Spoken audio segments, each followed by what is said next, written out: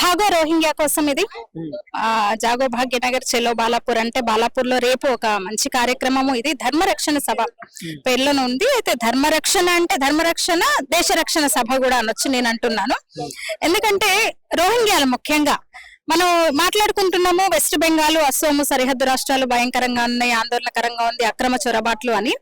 కేవలం అక్కడ కాదు ఇక్కడ దాకా వచ్చినారు. హైదరాబాద్ లో లక్షల్లో చేరినారు అక్రమ రోహింగ్యాలు బంగ్లాదేశీ ముస్లింలు. కేవలం వాళ్ళు సరే ఇక్కడికి వచ్చి ఉండడం మాత్రమే కాదు, ఉండడమే దారుణం. ఎందుకంటే అతిపెద్ద దేశం ఇది, మనకే 140 కోట్ల జనాభా, మన వనరులను వాళ్ళ పంపకాలు ఇక్కడి. అసలు దేశం ఒక హిందూ ముస్లిం గా విడిపోయిన తర్వాత వాళ్ళ దేశంలో వాళ్ళు పడి చావక భారతదేశం మీద పడి ఇక్కడ ఓటు బ్యాంక్ రాజకీయాల కోసం కొన్ని పార్టీలు వాళ్ళను ఓటుగా మలుచుకొని వాళ్ళని ఇంటర్లో లెక్క మేపుతున్న పరిస్థితి హైదరాబాద్ లో భయంకరంగా ఉంది.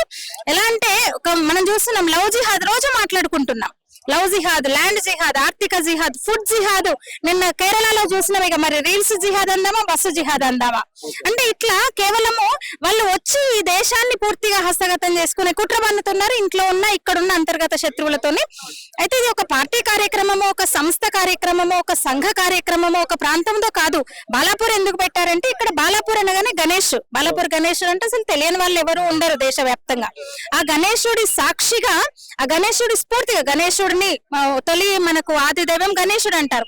అందుకని ఇక్కడ అందులోనూ బాలాపూర్ లో చాలా మంది బాధితులు ఉన్నారు, రోహింగ్యాల బాధితులు. మనం చూస్తే మీడియాలోనే మనం చూస్తుంటాం కదా, ఒక 10-15 ఏళ్ల నుంచి బిర్యానీ కోసం కూడా హత్యలు చేసిన ఘటనలు జరిగినాయి రోహింగ్యాలు. అంటే అంత క్రూరంగా ఉంటారు వాళ్ళు. ఇప్పుడు ఇక కేవలం హిందువులను టార్గెట్ చేసి వీళ్ళు ఉంటున్నారు. అంటే ప్రభుత్వాలకు మన డిమాండ్ గట్టిగా వినిపించాలని. ఇది ప్రతి ఒక్క హిందువే కాదు భారతీయుడు అంటాను నేను. ఎందుకంటే ముస్లింల షేర్ను కూడా కొల్లగొడుతున్నారు వాళ్ళు. కుల వృత్తులన్నీ కూడా ఇప్పుడు వాళ్ళ హస్తగతం అయిపోయినాయి. ఓలాలు, ఊబర్లు, క్యాబులు, మంగళ షాపులు, ఇంకా అన్ని అసలు ప్రతి ఒక్కటి కూడా మొత్తం ఆక్రమించేసుకున్నారు.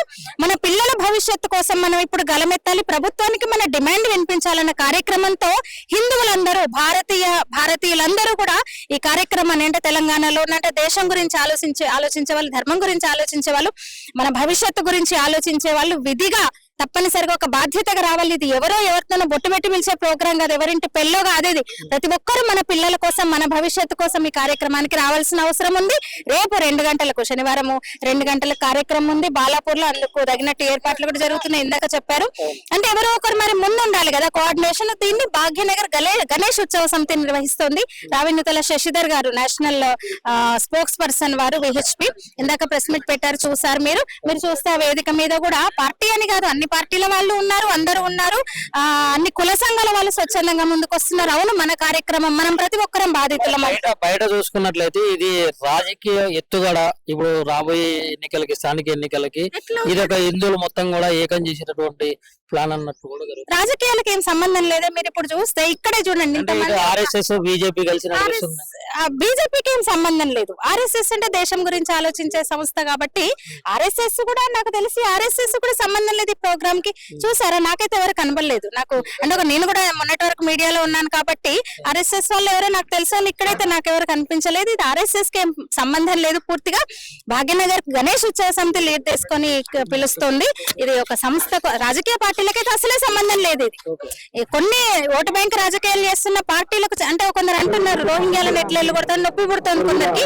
మీరు అట్లాంటి నొప్పి పుట్టినా అంటే వీళ్ళు మా వాళ్ళు అనుకునే వాళ్ళని కూడా తరిమి కొట్టాలి. నిజానికి అంటే ఇంత అన్యాయం జరుగుతుంది దేశానికి.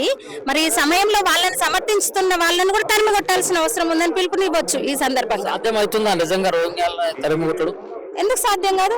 సాధ్యం కావాలనే కదా ఎంతసేపు పట్టుకోవడం. అదో బంగ్లాదేశ్ లో, అస్సాంలో హిమంత బిశ్వ శర్మ తన్ని తరిమేస్తున్నాడుగా. ఇక్కడికన్నా ఎక్కువ జనాలు వచ్చేసి పక్కనే ఉంటది కదా అని మమతా బెనర్జీ అక్కడ దారులు తెరిస్తే, ఇంటర్లో లెక్క మర్యాదలు ఇస్తుంటే పక్కనే ఉన్న అస్సాంలోకి చొరబడి, బీహార్ లోకి చొరబడితే ఎస్ఐఆర్ తీసుకొచ్చి ఎక్కడో తెలీదా? ఇప్పుడు మీ ఇంటి పక్కకి ఎవరున్నారో మీకు తెలీదా? వాళ్ళ తాత తండ్రుల చరిత్ర తీస్తే తెలీదా? ఎంతసేపు ఇంత పెద్ద దేశంలో తలుచుకుంటే నిజానికి అది తప్పకుండా సాధ్యమవుతుంది. హిమంత బిశ్వ శర్మ దమ్మున్నాడు కాబట్టి చేసి చూపిస్తున్నాడు, తరిమి కొడుతున్నాడు. ఎందుకంటే అసోంలో ఇంకా భయంకరమైన పరిస్థితి. కాలనీలు వెలిసినాయి, అడవులు ఆక్రమించుకుంటున్నారు, దేవాలయ భూములు ఆక్రమించుకుంటున్నారు.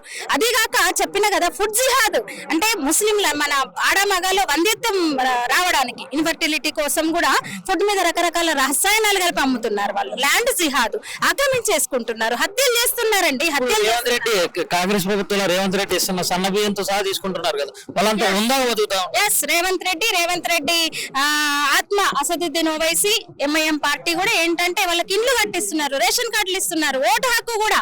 కానీ అందుకే కదా ఇంత ఇచ్చేసేది, ఎందుకంటే ఒక చాప కింద నీరులా వాళ్ళు విస్తరిస్తున్నారు.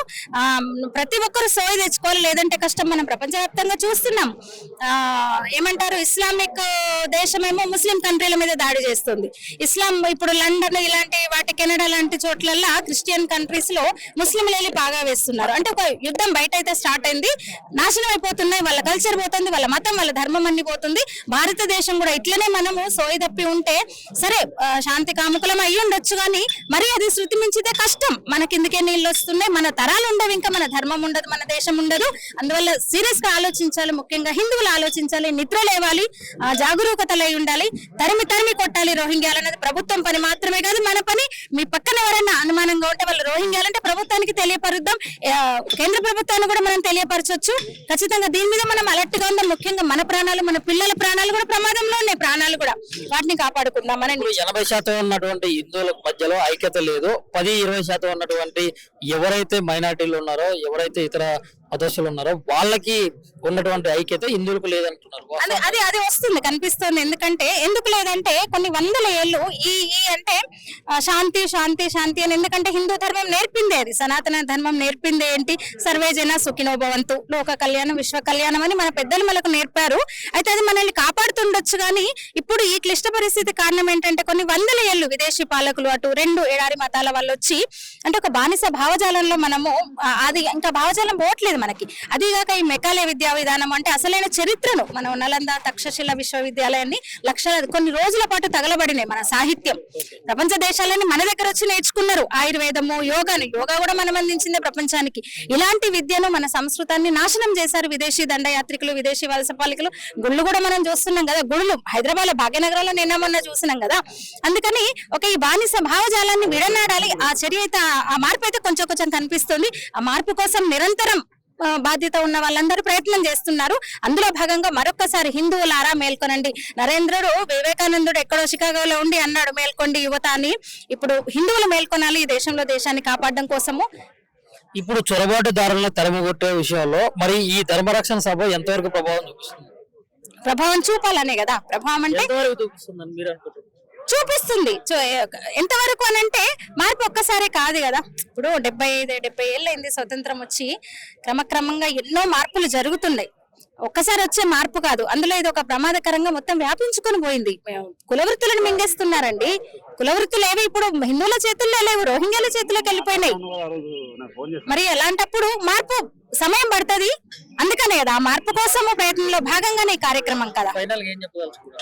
రండి, తరలి రండి. రేపటి ధర్మరక్షణ కార్యక్రమానికి, దేశ రక్షణ కోసం అందరూ తరలి రండి. మొత్తం తెలంగాణ, యావత్ తెలంగాణ పల్లె ఇక్కడ ఉండాలి. రేపు ఉంటది, ఎందుకంటే అనూహ్య స్పందన వస్తుంది. ఇందాక శశిధర్ది చెప్పారు, అసలు ఫోన్లు చేసి స్వచ్ఛందంగా వారికి ఉదాహరణ చెప్పారు. ఇందాక ఒక మన చిలుకూరి బాలాజీ స్వామి వాళ్ళ ఇంట్లో పనిచేసే అమ్మాయి, పనమ్మాయి, నేను శనివారం రాను అని చెప్పింది. అంటే ఎందుకంటే ధర్మరక్షణ సభ ఉంది, దానికి హాజరవ్వాలని.